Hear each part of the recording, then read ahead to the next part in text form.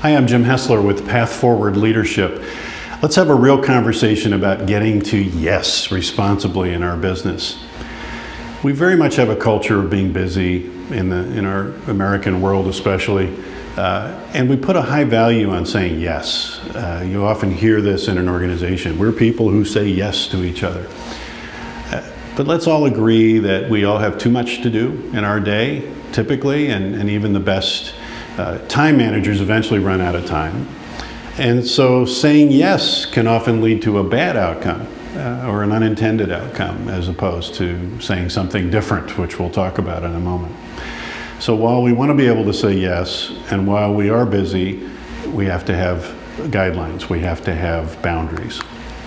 So what's the problem with saying yes too much? Well, nothing if you're always 100% of the time able to deliver what you're promising on time.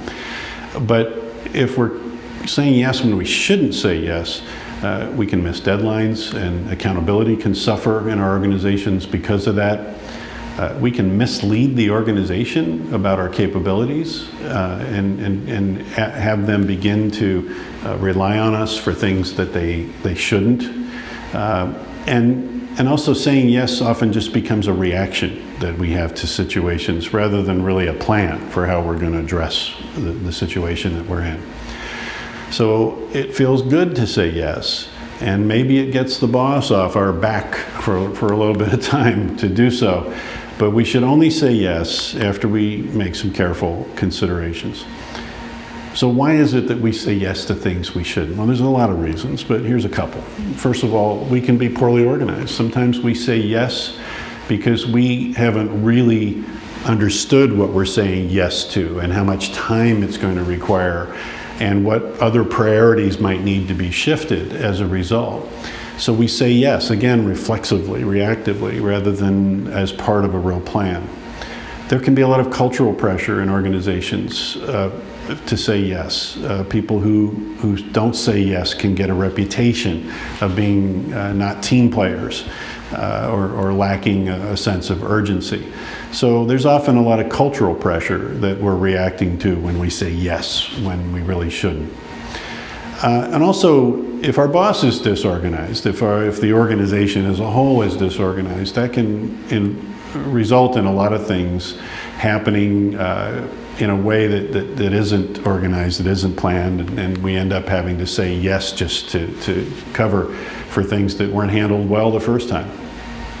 Now, the alternative to yes, you could easily say that the alternative is saying no. And of course, we want to probably avoid saying no. And so what are some of your options? Other ways to language this is either yes but or yes and. Yes but would be, I'd like to say yes to that, but there's other implications. There's other trade-offs that might occur. If I say yes to that, I may need to say no to something else instead. Yes and is also another good choice of words sometimes. I'm saying yes to that, and as a result of me saying yes to that, here's some other things that will happen or that you have to be aware of. So by saying yes, sometimes we again give our boss a false sense of our own capacity. This is an important point here. And we don't hold our boss responsible for setting priorities, which is one of the most important things that a boss can do for their employees, is to tell them what's first, what's second, what's sixth, what's 10th. If everything is always yes, then everything always kind of occupies that number one position equally. And saying yes and, yes but, or even no in some cases will simply require your boss to make a decision that they would have needed to make anyway. As consumers and business people, we love to hear yes, but if we're hearing that a lot, it's probably a result of good systems, right? If as an organization is able to say yes a lot, they have good systems that support that. So when people say yes, it should be in part because the system will support that, because they know that the structure of the way things that are running in the business will support that yes. Rather than that yes being, yes, I want to be a hero, yes, I want to keep this thing up on my shoulders, yes, I'll put in extra hours. It's yes, the system can produce that and can produce it in a predictable way. So being able to say yes is a competitive advantage, but it's a competitive advantage that only flows if you have the structures and systems to support that ability to say yes. But there are three requirements to getting to a yes, whether it's with coworkers or customers or other stakeholders. Number one, the yes has to be based on an examination or a reprioritization of workload and priorities. And that, I know that sounds simple, but it's not. It means that when you are tasked with something to do in the workplace, that has to be in the context of a larger conversation about what else is on your desk. And employees often fail to have this conversation with their bosses or bosses with their employees. And so the list just gets longer without an examination or a study of the time requirements and what should be prioritized above other things.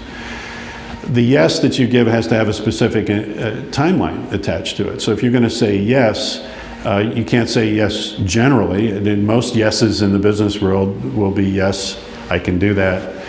When do you need it? Or I can have it to you by a certain time. So put a time stamp. Yes doesn't mean yes unless there's more specifics attached to it. And then finally, the yes has to be followed up on. If you say yes to me and I'm your boss and I don't follow up, then your yes is kind of meaningless. You said yes, it didn't get done, and nothing else happened. So again, so much of this comes to structure and organization. The rules for the managers is to know the productive capacity of the people that work for you. It's one of your most important responsibilities as a manager. Know how long it takes for work to be accomplished, and know what the capacity is of your workforce. If you don't know that, you're going to tend to ask them to say yes more often than they should. Be hands-on, follow up on things. Don't allow yourself to be surprised. If people say yes, that's kind of a mini contract, and you want to follow up on that agreement. Encourage people to say yes but and yes and, to explore other options rather than just simply saying yes or no.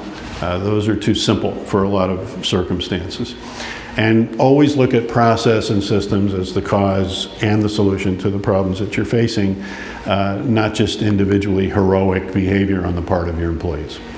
So I'll suggest that being a highly organized and efficient organization gets us to yes more often, and it also takes a lot of the stress off of the human equation.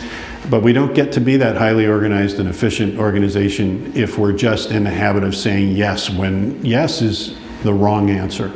And yes can be the wrong answer even if we don't want to hear it. If you'd like to join the conversation, leave a comment. We'd love to hear from you. Thank you.